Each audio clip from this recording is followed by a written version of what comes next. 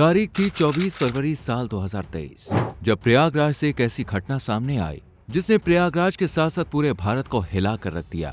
प्रयागराज में दिन दहाड़े एक शख्स को गोली मारकर उसके शरीर को गोलियों से छलनी कर दिया गया, जबकि उस शख्स को पता भी नहीं था कि उसके घर से निकलते ही उसकी सांसें छीन ली जाएंगी। जैसी वो गली के बाहर अपनी कार से निकला, वैसे ही शूटरों ने उस पर ताबड़तोड़ फायरिंग करनी शुरू कर दी। और इतना ही नहीं, फायरिंग करने के बाद वो शख्स संभल भी नहीं पाया था कि उसकी बची कुची सांसें छीनने के लिए उस पर बम भी फेंके गए। लेकिन ये शख्स आखिर था कौन? क्यों इसे दिन दहाड़े मौत की आगोश में सुला दिया गया? आखिर जेल में बंद होने के बाद भी कातिल ने कैसे इस केस को अंजाम दिया? क्या इस शख्स ने दोस्ती का कर्ज चुकाया है? जानेंगे ऐसे कई सवालों के जवाब आज के इस केस फाइल में। पर उससे पहले हमारे चैनल को सब्सक्राइब करके बेल आइकॉन प्रेस कर लीजिए।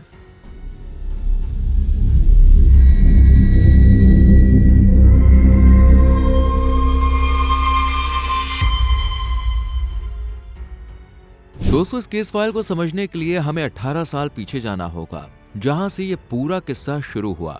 बात है 2004 की, जब पूरे देश में लोकसभा के जनरल इलेक्शन चल रहे थे। लोकसभा के उस चुनाव में तमाम अलग अलग पार्टियों ने अपने अपने उम्मीदवार खड़े किए थे।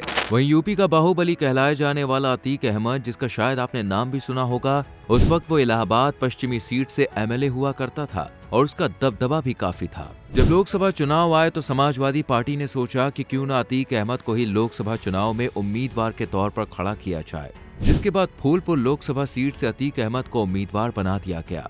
जैसा समाजवादी पार्टी ने सोचा था, बिल्कुल वैसा ही हुआ। अतीक अहमद ने लोकसभा चुनाव में जीत हासिल की और वो माननीय विधायक से माननीय सांसद बन गया। अब फूलपुर से जब अतीक अहमद ने चुनाव जीता तो इससे पहले वो इलाहाबाद पश्चिमी सीट से विधायक था। ऐसे में 2 सीटों पर रहना तो नामुमकिन था। या तो उसे राज्य के विधानसभा में बैठना था या फिर दिल्ली की लोकसभा में। अब क्योंकि लोकसभा सीट का वजन ज्यादा है, इसलिए अतीक अहमद ने इलाहाबाद पश्चिमी सीट से इस्तीफा दे दिया, जिसके बाद वो सीट खाली हो गई और उसे हासिल करने के लिए कई लोगों ने जतन भी किए। लेकिन समाजवादी पार्टी ने सीट का टिकट अतीक अहमद के भाई अशरफ अहमद को दे दिया।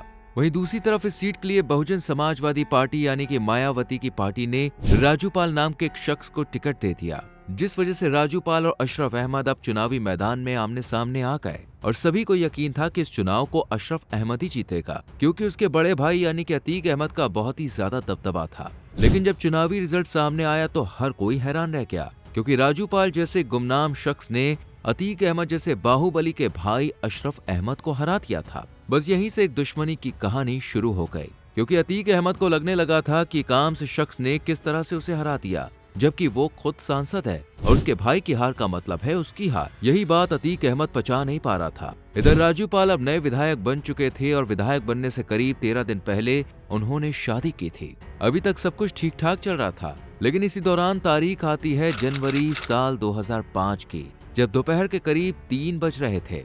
राजूपाल अपनी पार्टी के शख्स जिसकी मौत हो चुकी थी उसके परिवार को हमदर्दी जताने के लिए एक हॉस्पिटल के मुर्दा घर में पहुंचते हैं। हालांकि वो अकेले नहीं थे, बल्कि उनके साथ 2 गाड़ियों का काफिला था, क्योंकि राजूपाल को पता था कि जब से वो चुनाव जीते हैं तब से अतीक अहमद उनके पीछे पड़ा है, इसलिए वो अपनी सेफ्टी के लिए सिक्योरिटी को भी अपने साथ ले गए थे।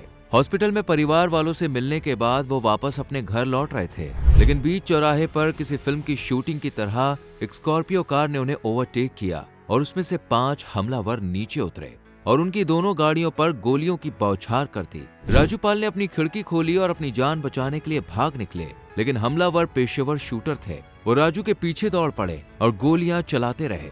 गोलियों से छलनी होकर राजूपाल गिर गए। इसी बीच उनके समर्थक वहां पहुंचे और उन्हें अस्पताल लेकर भागे। जब हमलावरों ने ये देखा तो एक बार फिर से उनके ऊपर फायरिंग शुरू कर दी। 5 किलोमीटर तक राजूपाल के ऊपर गोलियां चलती रही, लेकिन अस्पताल पहुंचने से पहले ही राजूपाल ने दम तोड़ दिया और उनके 2 साथी भी मौके पर ही मारे गए। आपको बता दें, राजूपाल को 19 गोलियां मारी गई थी। थोड़ी देर बाद ये खबर आग की तरह पूरे इलाके में फैल गई, क्योंकि दिन दहाड़े एक विधायक का खून कर दिया गया था। ये देखकर लोगों ने भी हंगामा मचाना शुरू कर दिया, ट्रैफिक को जाम कर दिया। पुलिस की लापरवाही पर भी लोगों ने खूब नाराजगी जताई। यहाँ तक कि एक चौकी में तो आग भी लगा दी गई। पुलिस की गाड़ियों तक को आग के हवाले कर दिया गया। कुल मिलाकर कहें तो पूरे शहर में अफरा तफरी मच गई। इसके बाद राजूपाल की पत्नी, जिनका नाम पूजा पाल है, उन्होंने प्रयागराज के धूमनगंज थाने में कंप्लेन लिखवाई और उसमें राजूपाल के खून में अतीक अहमद और उसके भाई अशरफ अहमद के साथ 9 और लोगों का नाम लिखवाया गया। जिसके बाद पुलिस ने भी देर न करते हुए मामले की जांच पड़ताल शुरू कर दी। लेकिन राजू पाल का परिवार चाहता था कि इस केस की जांच सीबीआई द्वारा की जाए, क्योंकि यूपी पुलिस पर उन्हें भरोसा नहीं था। पर उनकी बात को नजरअंदाज कर दिया गया और ये केस यूपी पुलिस के पास ही रहा। साल 2005 अप्रैल में यूपी पुलिस ने इन 11 लोगों के खिलाफ पूरा केस तैयार किया और चार्जशीट दाखिल कर दी। लेकिन इस चार्जशीट और केस को लेकर राजू पाल का परिवार अब भी अपनी मांग पर अड़ा हुआ था कि वो यूपी पुलिस की जगह सीबीआई द्वारा इस केस की जांच चाहते हैं। जिसके बाद परिवार को थोड़ी तसल्ली देने के लिए इस मामले की जांच लोकल पुलिस से लेकर यूपी की सीबीसीआईडी को सौंप दी गई, जो कि एक तरह की क्राइम ब्रांच है। और आपको बता दें, सीबीसीआईडी उस वक्त इस बात के लिए काफी मशहूर थी कि अगर किसी केस को ठंडे बस्ते में डलवाना हो तो सीबीसीआईडी को सौंप दो। और आजकल यही काम अपने देश की सीबीआई भी कर रही है कि अगर किसी केस को रफा दफा करना हो तो सीबीआई को दे दो। खैर, जब ये केस सीबीसीआईडी को सौंपा गया तो उन्होंने इस मामले की छानबीन शुरू की और इसी तरह वक्त गुजरता गया। इधर राजू पाल का परिवार लगातार अब भी सीबीआई की ही मांग कर रहा था। इसी दौरान एंट्री होती है उमेश पाल की, जो कि राजू पाल का बेहद करीबी दोस्त था। इसलिए जब राजू पाल का खून हुआ तो उमेश पाल ने उनके परिवार को तसल्ली दी और पूजा पाल के साथ मिलकर अपने दोस्त को इंसाफ दिलाने के लिए इस जंग में शामिल हो गए। उमेश पाल ने अदालतों के चक्कर लगाने शुरू कर दिए कि किसी तरह यह केस सीबीआई को सौंप दिया जाए। इसके लिए सुप्रीम कोर्ट में भी उमेश पाल ने अर्जी लगाई, जिसके बाद आखिरकार 22 जनवरी 2016 को सुप्रीम कोर्ट ने आदेश दे दिया कि इस मामले की जांच अब सीबीआई करेगी। सीबीआई को जैसे ही ऑर्डर मिला, उसने नए सिरे से इस केस की जांच पड़ताल करनी शुरू कर दी। लेकिन देखते ही देखते इस मामले को 5 साल और बीत गए। यानी सुप्रीम कोर्ट के कहने पर साल 2016 में इस केस को सीबीआई को ट्रांसफर किया गया था, लेकिन अब 2021 का वक्त आ गया था। कुल मिलाकर कहें तो सीबीआई भी इस केस में ज्यादा दिलचस्पी नहीं दिखा रही थी। इसी तरह साल 2021 भी राजू पाल को इंसाफ मिलने की उम्मीद में गुजर गया, जिसके बाद आखिरकार साल 2022 में सीबीआई ने 5 लोगों के खिलाफ एक चार्जशीट दाखिल की, जिनमें अतीक अहमद और अशरफ अहमद दोनों का नाम शामिल था। लेकिन केस अब भी यहीं अटका हुआ था। आपको जान के हैरानी होगी कि राजू पाल का खून हुआ था साल 2005 में और अब 2023 लग चुका था, लेकिन अभी तक इस केस का निचली अदालत से कोई भी फैसला नहीं आया था। जी हाँ, राजू पाल को अभी तक कोई भी इंसाफ नहीं मिला था। इधर राजू पाल का दोस्त उमेश पाल अपने दोस्त के हत्यारों को सजा दिलाने के लिए लगातार उनकी पत्नी पूजा पाल के साथ मिलकर भागदौड़ कर रहा था। हालांकि कुछ रिपोर्ट्स में ऐसा भी कहा गया है कि जब राजू पाल का खून हुआ तब उमेश पाल मौके पर ही मौजूद था और वो एक विटनेस है। लेकिन जब पूजा पाल से इस बारे में पूछा गया तो उन्होंने कोर्ट के सामने बयान देते हुए कहा कि वो उमेश पाल केस का विटनेस नहीं है। हालांकि ये भी कहा जाता है कि उमेश पाल को किडनैप भी कर लिया गया था और उसे ये धमकी देकर छोड़ दिया गया था कि वो इस केस से दूर रहे। पर उमेश पाल ने उनकी बात नहीं मानी और इसी तरह वक्त बीतता गया और केस ऐसे ही चलता रहा, जिसके बाद बसपा पार्टी ने राजू पाल की जगह उनकी पत्नी पूजा पाल को टिकट दे दी, जिसमें पहले तो वो हार गई लेकिन बाद में फिर जीत गए। इस तरह अब इस केस को करीब 18 साल बीत चुके थे। हालांकि साल 2019 में सुप्रीम कोर्ट के एक ऑर्डर पर अतीक अहमद को यूपी की जेल से निकालकर अहमदाबाद की साबरमती जेल में भेज दिया गया, ताकि वो जेल में रहकर यूपी में अपनी हुकूमत ना चला सके। दरअसल इन दोनों भाइयों पर इस केस से पहले भी काफी मुकदमे दर्ज थे, जिसके सिलसिले में कोर्ट ने इन्हें जेल भी भेजा था और अशरफ अहमद को बरेली की जेल में डाल दिया गया था। अब आती है 24 फरवरी साल 2023 की शाम, जब राजू पाल के दोस्त उमेश पाल अदालत से अपने घर लौट रहे थे। हालांकि उनकी जान को खतरा था, इसलिए यूपी पुलिस ने उन्हें 2 गनर भी दिए हुए थे। उमेश पाल अपनी गाड़ी से घर लौट रहे थे, लेकिन इतने में ही एक कार उनका पीछा करने लगती है, जिसके बारे में उमेश पाल को कुछ भी खबर नहीं थी। अब जहां उमेश पाल का घर था वहां इलेक्ट्रॉनिक की एक शॉप भी थी, जहां पहले से ही 2 आदमी खड़े हुए थे। हालांकि उन्हें देखने पर ऐसा लगता है कि मानो ये सामान खरीदने के लिए खड़े हुए हो, लेकिन उनकी नजर उस गली पर थी जहां से उमेश पाल की कार आने वाली है। शाम के करीब 6 बजे उमेश पाल की कार जैसे ही गली में दाखिल होती है, वैसे ही पीछे से एक कार और शॉप पर खड़े 2 आदमी चारों तरफ से उमेश पाल को घेर लेते हैं और उन पर गोलियां चलाना शुरू कर देते हैं। इधर जब गनर इस हमले का जवाब देने के लिए अपनी गन चलाते हैं तो उनकी गन नहीं चल पाती, जबकि हमलावर लगातार गोलियां चलाते रहते हैं और फिर उनमें से एक आदमी हाथ में बम लेकर उमेश पाल की तरफ फेंकता है, जिसमें उमेश पाल और उसके गनर की मौत हो जाती है और फिर हमलावर जल्दी से अपनी मोटरसाइकिल और कार में बैठकर वहां से निकल जाते हैं। हालांकि उमेश पाल को जल्दी से हॉस्पिटल ले जाया जाता है, लेकिन डॉक्टर उनको डेड डिक्लेयर कर देते हैं। वहीं उनका दूसरा गनर जो था उसकी हालत काफी ज्यादा सीरियस थी, इसलिए उसे हॉस्पिटल में एडमिट करा दिया गया था, लेकिन बाद में उसकी भी मौत हो जाती है। मौके पर मौजूद विटनेस से जब पूछताछ की जाती है तब वो बताते हैं कि उमेश पाल के जो 2 गनर थे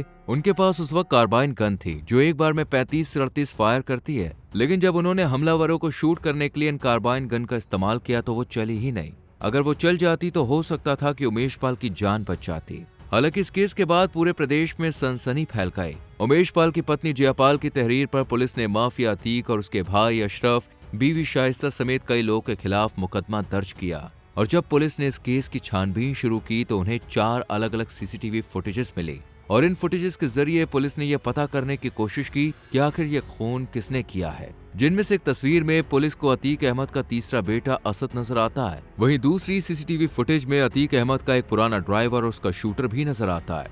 अब उसी हिसाब से पुलिस अपनी कार्यवाही आगे बढ़ाती है। इसी दौरान अतीक अहमद की वाइफ शाइस्ता एक लेटर यूपी के मुख्यमंत्री योगी आदित्यनाथ को भेजती है और कहती है कि वो इलाके का एक लोकल इलेक्शन लड़ने वाली है और यहाँ के लोग चाहते हैं कि वो इस चुनाव में ना जीते, इसलिए वो लोग एक प्लानिंग करके उन्हें और उनके परिवार को बदनाम करने की कोशिश कर रहे हैं और इस साजिश में इन्हें जबरदस्ती लपेटने की कोशिश कर रहे हैं। साथ ही वो ये भी कहती है कि जिस उमेश पाल को राजूपाल का चश्मदीद गवाह बताया जा रहा है वो कभी उसका चश्मदीद था ही नहीं। लेकिन दूसरी तरफ सीसीटीवी फुटेज में पुलिस ने देखा था कि अतीक अहमद का बेटा और उसका पुराना शूटर और एक ड्राइवर उमेश पाल की डेथ के वक्त उसी वक्त गली में मौजूद थे।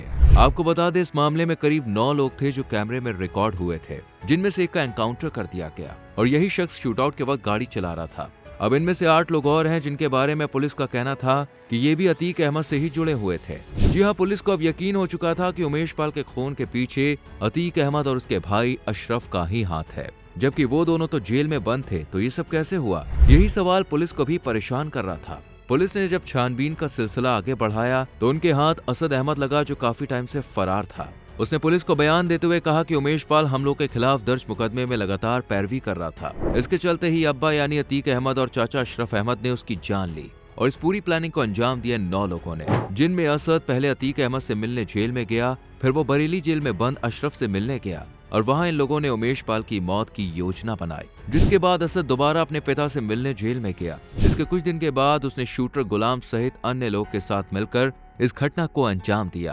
आपको बता दें, अतीक अहमद की पत्नी शाइस्ता परवीन भी इस मामले में आरोपी मानी गई। शाइस्ता पर यूपी पुलिस ने 25,000 रुपए इनाम की घोषणा की क्योंकि ये फरार थी। पुलिस को शक है कि उमेश पाल हत्याकांड को अंजाम देने के बाद सभी शूटर शाइस्ता के किराए वाले मकान में मिलने गए थे। वहीं कहा गया कि अतीक अहमद के बड़े बेटे उमर का भी इस मामले में हाथ था, जिसे पुलिस ने एनकाउंटर के दौरान ढेर कर दिया। उस पर उमेश पाल के ऊपर फायरिंग करने का आरोप था, जिसके बाद वो फरार हो गया। पुलिस ने उस पर 5 लाख रुपए का इनाम भी रखा था। इतना ही नहीं, इस मामले में डॉक्टर अखलाक और उनकी पत्नी आयशा नूरी का भी नाम शामिल है, जो कि अतीक अहमद के बहन बहनोई हैं और इन पर आरोप है कि हत्याकांड के बाद गुड्डू मुस्लिम को पनाह देने के लिए अतीक ने डॉक्टर अखलाक और आयशा नूरी को फोन किया था। गुड्डू पिछले कई साल से अतीक के लिए काम करता रहा, जो कि उसका वफादार था। पुलिस अभी आयशा और उसकी दोनों बेटियों की तलाश कर रही है। इसके अलावा मोहम्मद अली, ज़ैनब फातिमा, सदाकत खान, मोहम्मद गुलाम, अरबाज, गुड्डू मुस्लिम, साबर खान के नाम भी इस केस में शामिल है। हालांकि असद और मोहम्मद गुलाम अहमद का पुलिस ने झांसी में एनकाउंटर कर दिया। वहीं 26 फरवरी को पुलिस ने सदाकत खान को भी गोरखपुर से पकड़ा था। इसके बाद 27 फरवरी को उमेश पाल हत्याकांड में शामिल अरबाज को पुलिस ने मुठभेड़ में मार गिराया। पुलिस के मुताबिक अरबाज ही वो गाड़ी चला रहा था जिस पर सवार होकर शूटर उमेश पाल की हत्या करने के लिए आए थे। अरबाज पर पुलिस कमिश्नर ने 50,000 का इनाम घोषित किया था। इसके अलावा 6 मार्च 2023 को हत्याकांड में शामिल दूसरे शूटर उस्मान चौधरी को भी पुलिस ने एनकाउंटर में ढेर कर दिया। ये वही शूटर था जो पास की दुकान पर खड़े होकर सामान खरीदने का नाटक कर रहा था और उमेश पाल के पहुंचते ही उनके ऊपर गोलियों की बौछार की। इधर अतीक अहमद और अशरफ अहमद को उमेश पाल की जान लेने की सजा मिल पाती, इससे पहले ही 3 हमलावरों ने अतीक अहमद और अशरफ अहमद को गोली मार दी और इस गोलाबारी में दोनों भाइयों की जान चली गई। और ये तब हुआ जब इन दोनों को डेली रूटीन चेकअप के लिए ले जाया जा रहा था, जबकि जो बचे हुए दोषी हैं उनमें से 3 अभी भी फरार हैं और 6 को पुलिस एनकाउंटर में मार चुकी है। वेल दोस्तों, कैसा लगा ये केस फाइल? आपको आपकी क्या राय है इस पर कमेंट सेक्शन में लिख सकते हैं। वीडियो को लाइक और शेयर करके चैनल को सब्सक्राइब करें और बेल आइकॉन प्रेस करें। मिलते हैं आपसे अगली वीडियो में। Till then, bye bye, take care.